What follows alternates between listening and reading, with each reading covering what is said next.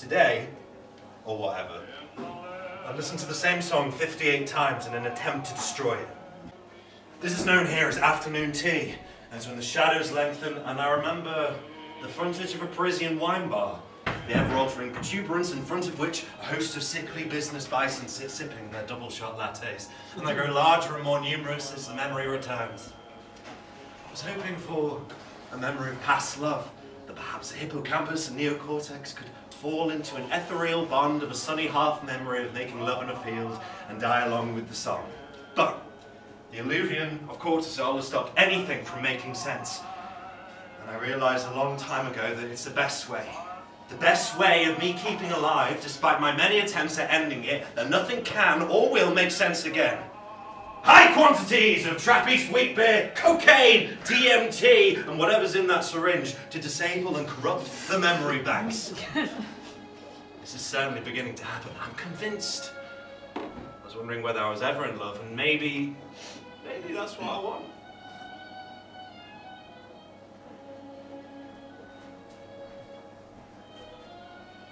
The howling guitar behind the noise is starting to break.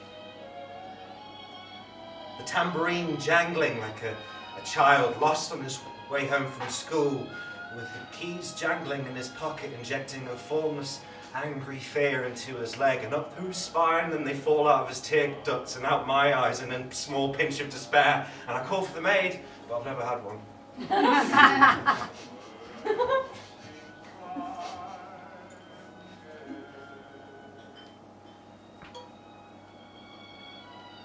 59.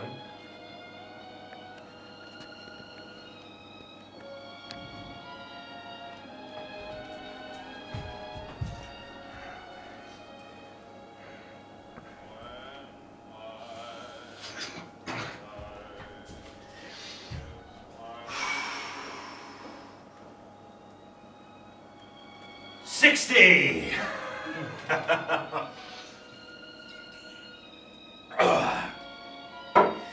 I remember the innocent pastime of smoking burley cigarettes with those sexual carcinogens and that velvet, ambitious taste lingering like that of a prostitute that gave you a complete night of satisfaction where the practical powers of monogamy were rendered useless, but you must look after the body. Speak this language of the body and make sure that you do not tarnish or spoil it, but you take advantage somehow anyway. And this notion reminds me of walking in graveyards. Back when I stopped being a government agent.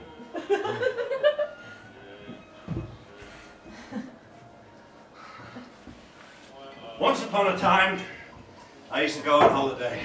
And on these holidays, I used to trance through the graveyards of lost artistic souls I'd never met. You know, people who painted, sculpted, made a few films, and yeah, written a few things, and probably drank a few whiskies and smoked a few small cigarettes in their time. But my location's here, so I need to put my half-silver mirrors.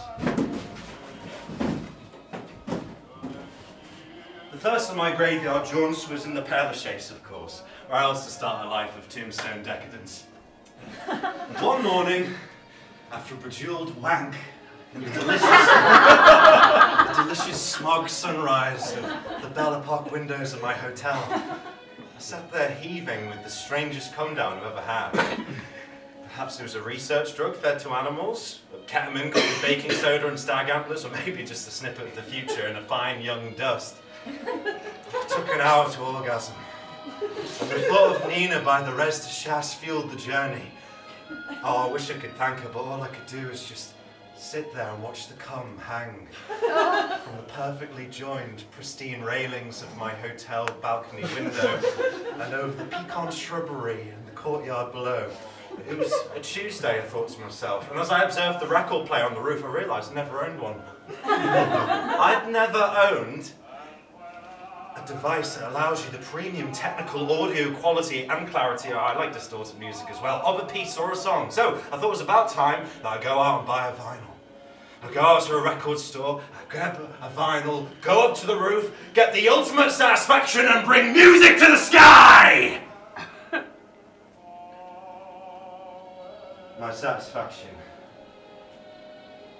when the heart grinned inanely, when it wasn't rage, but the experience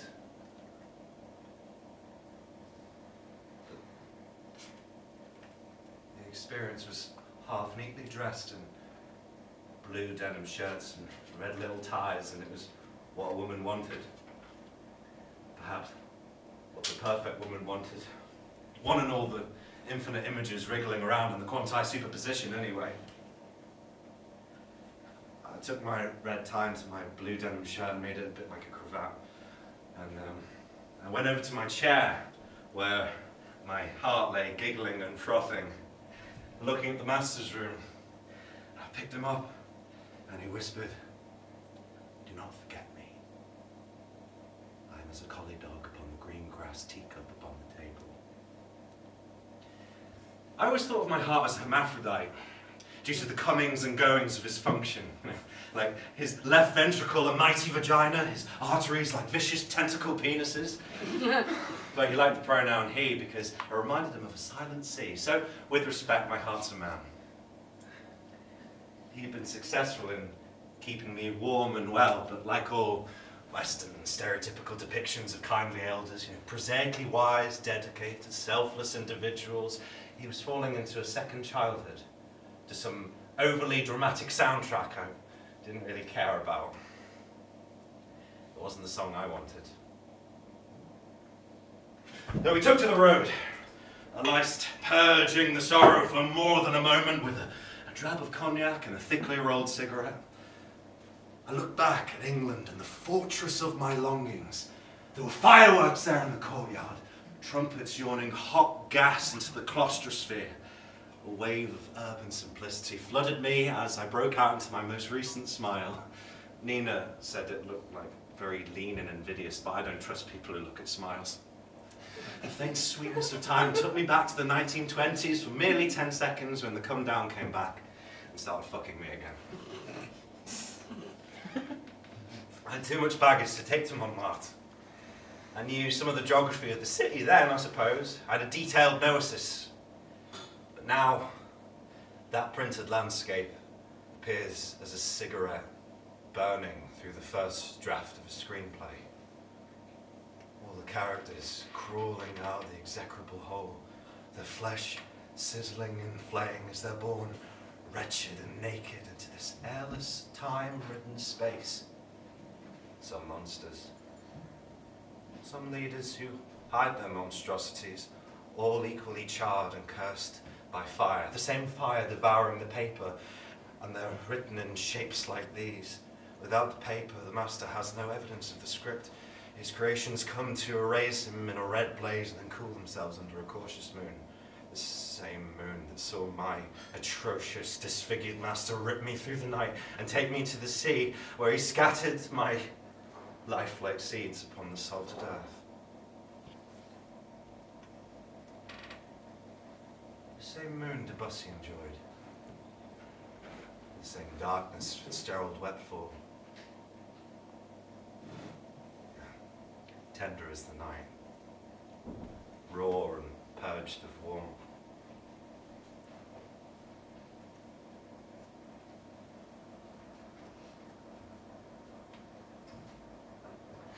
I found the graveyard, saw a shrewd old man, his hopes like flowers against the embittered winds of age. I snorted to try and move my sinuses, but a chunk of the drug from the night before zoomed up into my brain, and then I saw an empty mice field, I think. Potential battleground for a revolution. Maybe one that's already happened. Oh, the world's so silent and cold, we wouldn't know if it died tomorrow, neither would this man. So I said, after you. And he just stopped and started shaking like a sagacious, magisterial rattlesnake, and then turned his back. And then I proceeded through the gates, and now I ignore the big sign that shows you all the locations of the famous artists and their whereabouts, and there, down the first column, is nonsense, shrouded by the unusual branches of the placid elms of death. Stood there like a timeless reverie, stood there where 4.2 seconds before the memory was more like a grey trumpet-like shape. She stands there, smiling. I can't see her eyes. I can't see her eyes because her smile is brighter than the rest of her face. Still at that age where you can take all the delightful poisons and chemicals of the earth and make them a crucial component of that heavy, angry, incomplete trinity that I can't sit with the thymus and the eros because I can't fulfill it. Oh yes, he growls now at that 10th intellect that possesses me, and I'm certain I possess it, but he rejects that it's mine to hold, and that this is it. This is it. Not from the mind, not from the stomach, and not from the chest. And a raised subject on the same grubby shores as time and love. So I approached her and marvelled at her mercy, equally distributed mercy nursing my naked skin. Death would hold itself there a while and watch the future unfold with its filmless eyes, its pupils like neutron stars held steady in its shapeless head. Death would see me always, and nonsense would only smile and scream in its silence. Beyond her is a grave, and it's mine. A pit of water, clothed in moonlight. This is what happened now.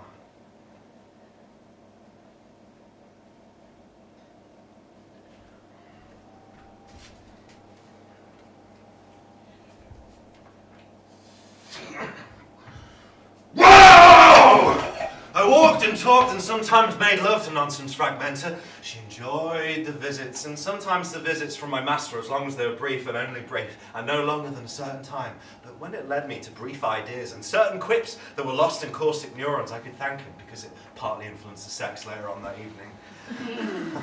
I would think of her as Bridget Bardot, and she would think of me as a more complex version of Beckett. Sometimes my cock would shake with delight when I thought of her as a Baudelaire poem crawling out of the gravestones and up towards me. My master would sit in the corner. I imagine in a deliberate vignette effect. Oh, perhaps graded in a green hue with a low saturation, the midtone's the most impressive on the cornea. In missionary position, an ancient 50mm lens with a distorted depth of field, and her eyes would be really bright because of my shameless overexposure. Later on, I would damn myself because I'd be listening to this whirring white noise in the back of the video, and I'd be damning myself, and well, thank God for editing, hey? Imagine if we didn't have the editing process. Imagine if I couldn't edit everything that happened before.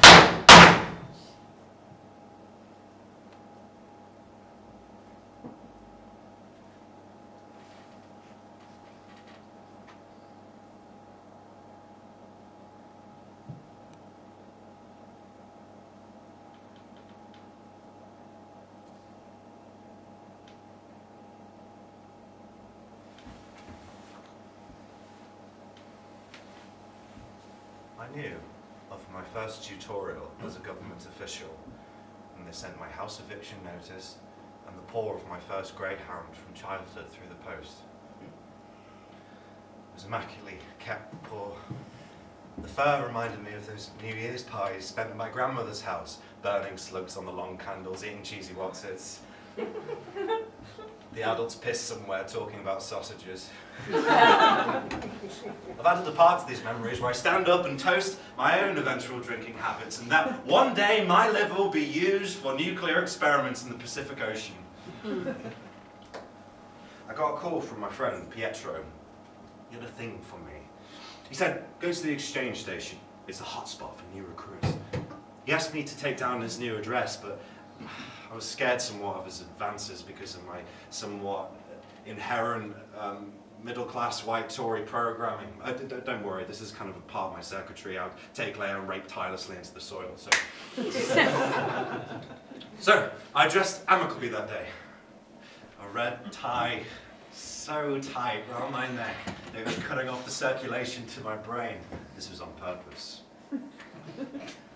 I would go to the exchange station and I would recite openly Lacan's epistemologies in intermediate French, explaining that énonciation and enunciation were two entirely different things than to translate it into some kind of Anglo garble when all I wanted to do was pull off this red esophageal tourniquet.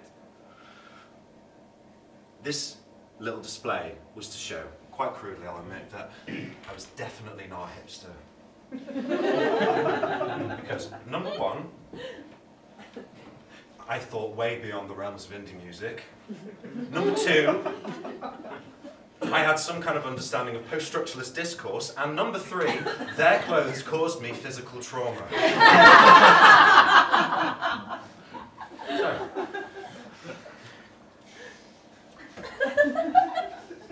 I wanted them to see that I was educated, and for them to bypass my overly agile, overly muscular anterior cingulates. And yeah, I listened to Haydn relentlessly during my 2 lugubrious months with labyrinthitis.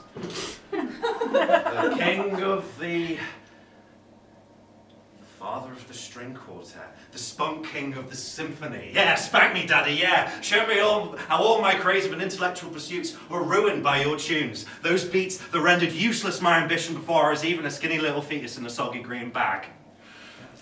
And the man to ignore me within my 4-meter radius would be my governmental benefactor.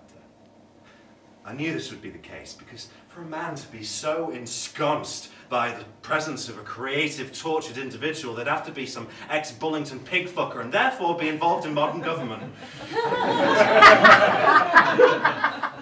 So, when I continued this temporary display as a qualitative sycophant, explaining that within my understanding, enunciative pragmatics once upon a time corresponded with the notion that language was in constant whips and chains with activities such as social recognitions, kinships, subjectivities, and they're all deep-rooted, this man stood up with that day's edition of the Times and twatted me round the face with it, knocking me into a haze.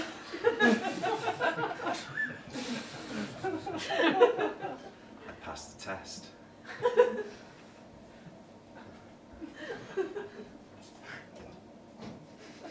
I remember little of what came next that day, but my voice has never been the same. Whether it be nodules or a muscle deformity, I'm not sure, but maybe it was something they put in there during the extraction process to inflate my amygdala. But whenever I think of the colour green, my voice begins to strain. And whenever I sing, it's more like screaming. And whenever I sigh with passion, I'm more susceptible to alcohol abuse. Rather than bargain with definitive subjects implying some kind of connection with enunciative pragmatics, I would be obsessed with the immediacy and the absurdity of the now. And the now was the most important thing. When you think of this button they lodged in here, turning me to alcohol, was for gross taxation or maybe to help me to a slow assisted suicide? Enunciative pragmatics, my heart used to titillate, were always positively and directly sexually involved with semiosis. I didn't agree with his semantic choices, and he came from, and always would, I'm afraid, the school of humanism, thinking they all crawl from temporary, autonomous subjects, but pragmatics are pragmatics. Perhaps that was his point. I was kidding myself. I was mulling over a pint, trying to redefine what I was certain of. Dexys, Scotch, white overproof rum, presupposition, Trappist wheat beer, argumentation, delinquencies, sexual delinquencies, negation, all pointing towards the fact that there was a formula.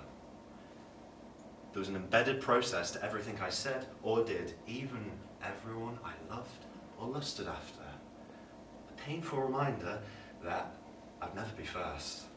Similarly, I would never be last, and even minutely, ultimately, I would change something.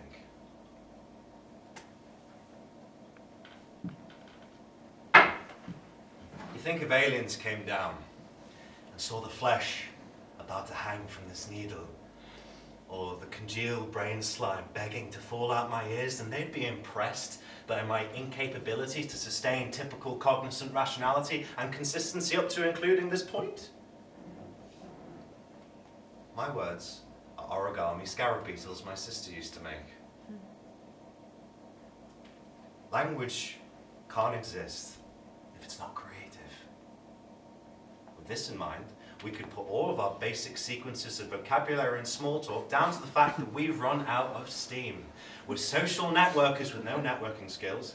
We're luxury novices with insert recycle metaphor and or illustration of Dexys to manipulate an idea of disillusionment with the modern world.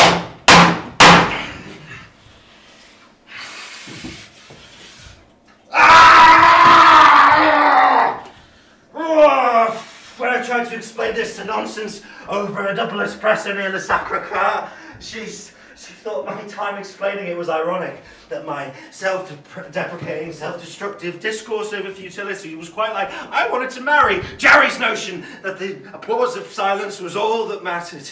She thought it was hilarious I used to work for the government and that they might still be on the hunt for me. I would have liked to have called her sense there and then, but I realised that her namesake was how we could create new language by throwing out the rules. Nonsense. Your face in the darkness, I touched like braille. You may remember I sat enthralled. The cigarettes littered with the stories. The sun would clamber away to escape our virile pounding of the evening. The brittle air cooling our innocent lungs. All these things I've started to forget. All these nights taped up in this sapient estrangement.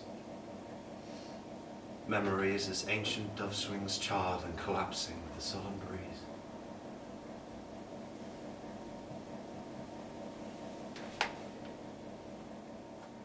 The floor sits, the table sits, the pen sits, he sits docile, his mind resplendent with inertia. You once told me that we can achieve happiness by being positive. There is no such opportunity. Optimism and pessimism are two outdated schools of thought. There is only the outrageous now, and now will soon join them. I suspect my heart becomes more vagrant as the days trickle past my infected eyes. And as the linen grows weary, so does the storm.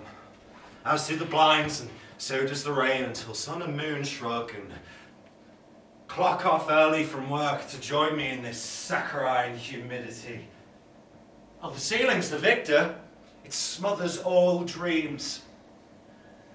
But the floor loses as I do. We tangle and writhe as we stare up at the tapestry of love's calloused feet. Oh, we could kick up all the gravestones, fuck all the dead bodies in the world if it meant we were making something new out of it. But as I start that absurd venture into that juicy cave of my consciousness, that tick in my throat that they cursed me with, those bastards, when they hit me with that dirty little rag, it started to burn. My favourite colour, green. Even now I can feel it. My throat burning, drowning into my stomach.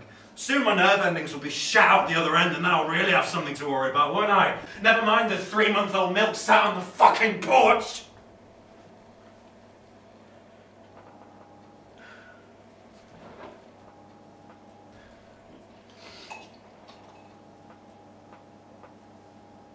Hello, Mama.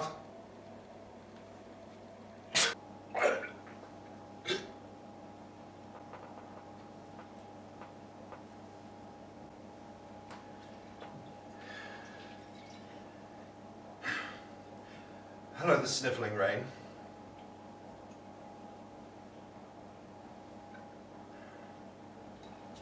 Hello, the empty taste of the dry bread breakfast.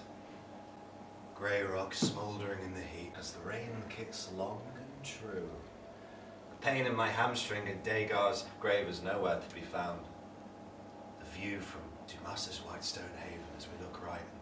There's Emile and Michelle rolling away from each other, confused by each other's revolutionary tendencies. Friedman's equations to keep at peace. Chimay reserved and under the sun. A black cat that looks suspiciously like...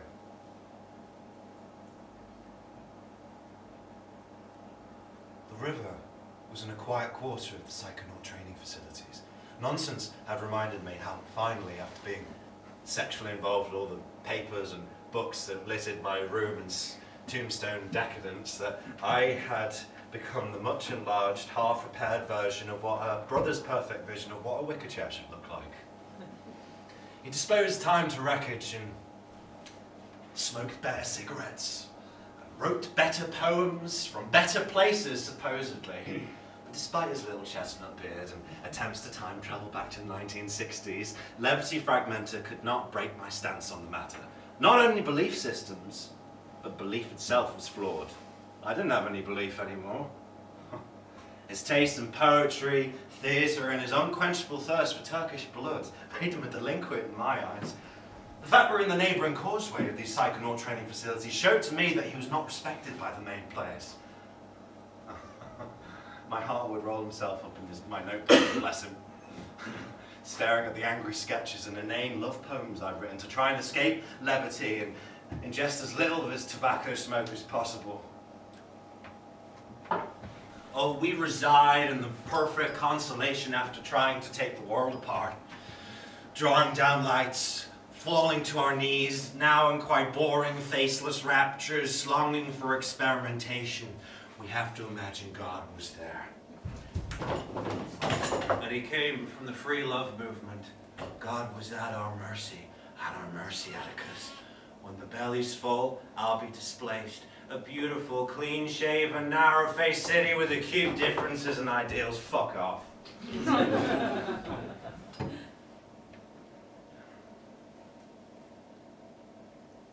Forget aliens, I was told.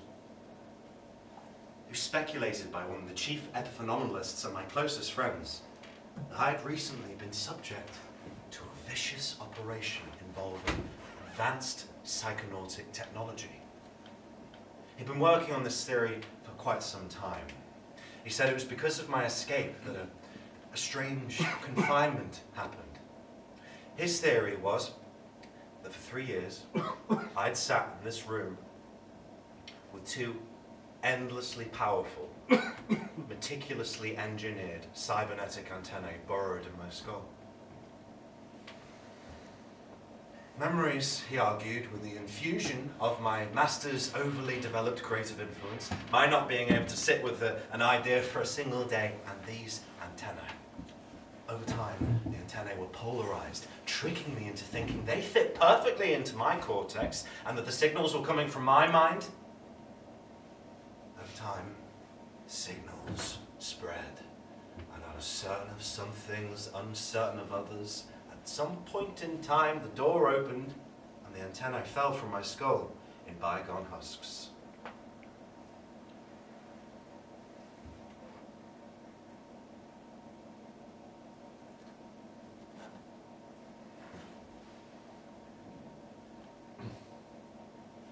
You can tell a lot from a person by how they hold their cigarette, how they kiss it, how they throw it around, whether they need to dilute the taste with something else. But for all the things that I've been putting into my body, cigarettes are the one thing I've been abstaining from. There was a 4-day-old glass of wine on the windowsill. The tangerine light that drenched the curtain pursed its pithed flesh, and a surreptitious acid flew from it and infiltrated my senses. Inflating the nonsense. My fingers began to itch and sizzle. My lungs black and vacuous, aching, so I started waving uncontrollably. My hand moving through the space, cutting all logical corners but playing some kind of ill-conceived jazz. London, I thought. Sitting on benches, I thought. Summer nights at the theatre bar, speaking about some shit play we'd just seen.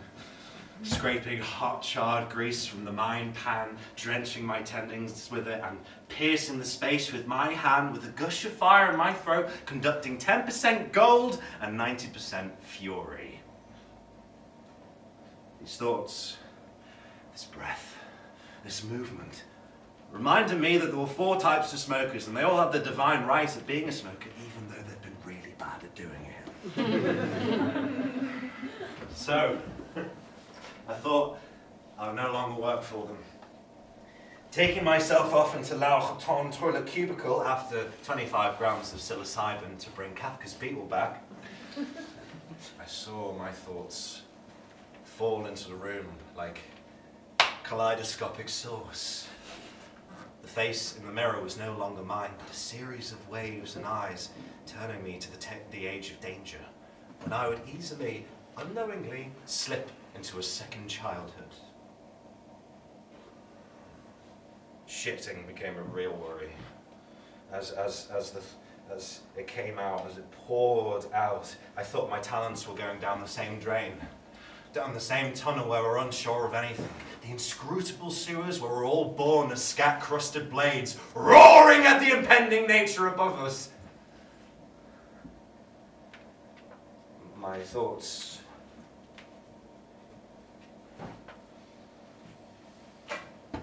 all coming to the same meeting place, along with each other in hot sludge.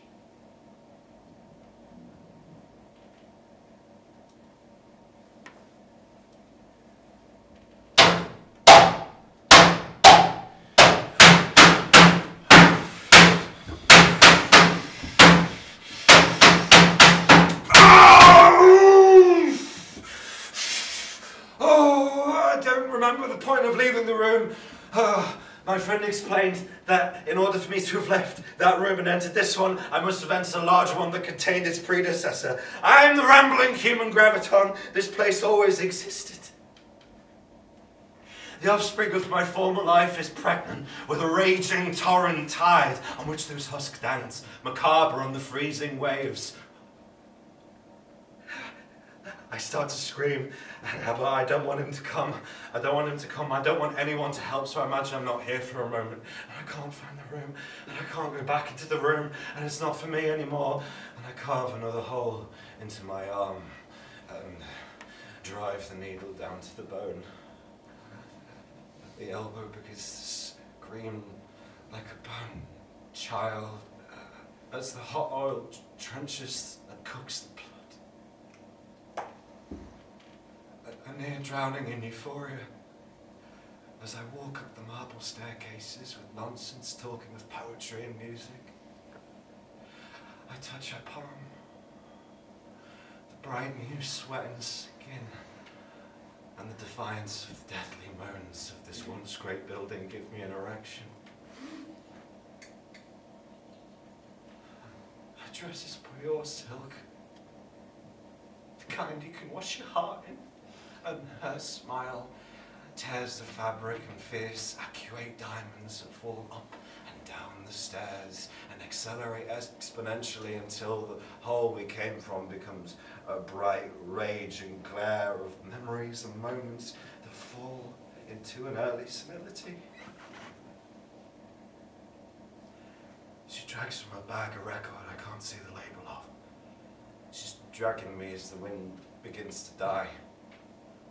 Long and tangent to the stairs, higher and higher and further from the world until all I can see is white and the field equations of gravity and light are resolved. I think I'm close to death again. As I step out of the windows and onto the roof of the building, I can hear her put the record in the player, but I can't hear it. I can hear her dancing, but I can't see it. And I can't feel her fingers on my chest. And I can't feel the wind on my bare feet. And I can't see Paris anymore. I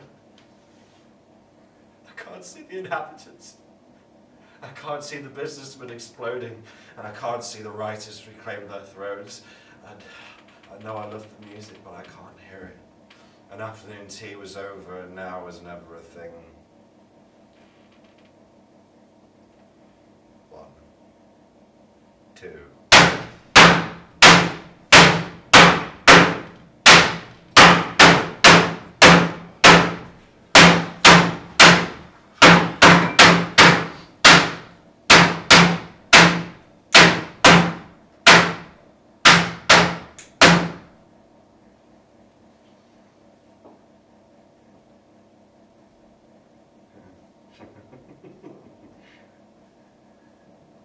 It came to my attention quite quickly that love's not really a job you can resign yourself from.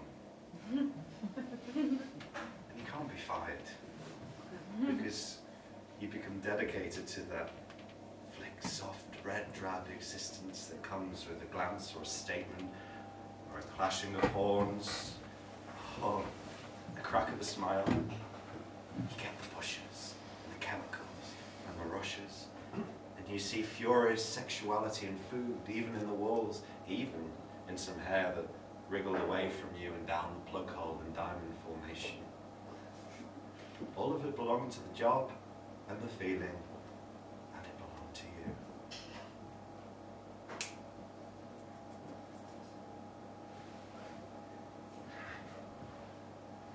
You could sleep on the job. You could clock up early if you wanted to, but it would follow you and chase you into sewers and climb up after you over hills and mountains, and when it got you, it would shake you and it would devour you, and you would re-emerge with the capacity to see things. All those things that you can't explain, but someone else could do it for you.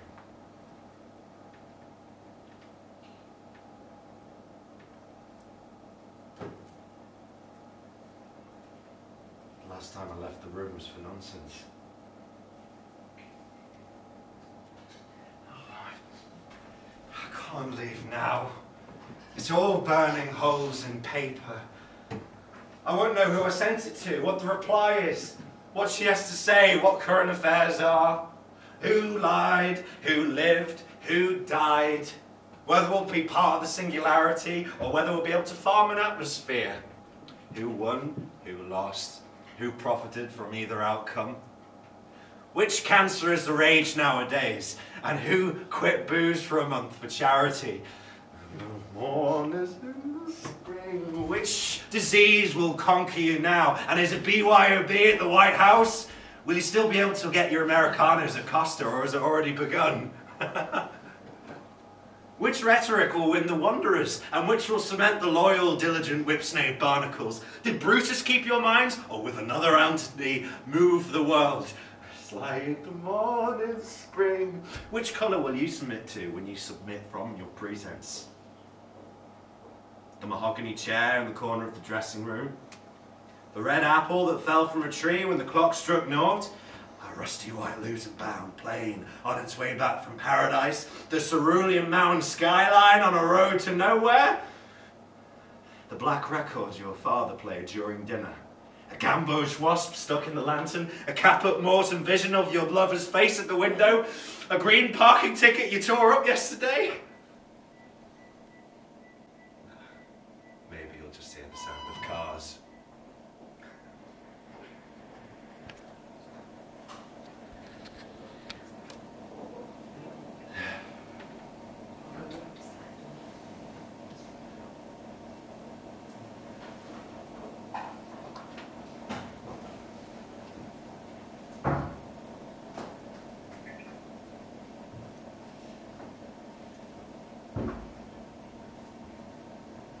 Find the music.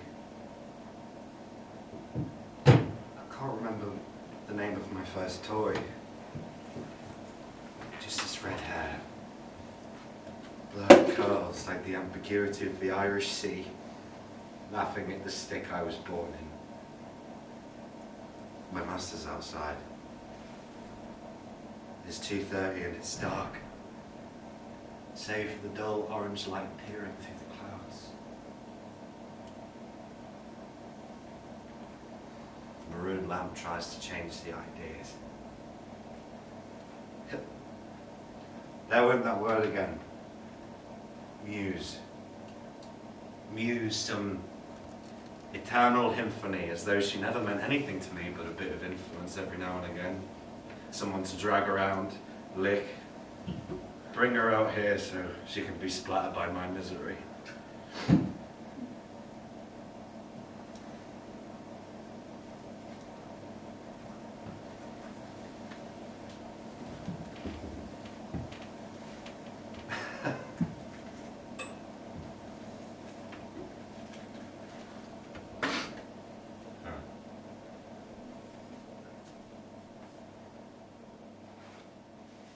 Earlier today was the first time I'd listened to that song and written a letter in the last 4 years. I thought that I might have the same regrets as those people who influenced me. That perhaps I'd be regretting that I wouldn't have been able to send more letters to more people, and that death is not the end. That sense of entitlement humans share, that we might rise again, that the ultimate fairness would be that we continued.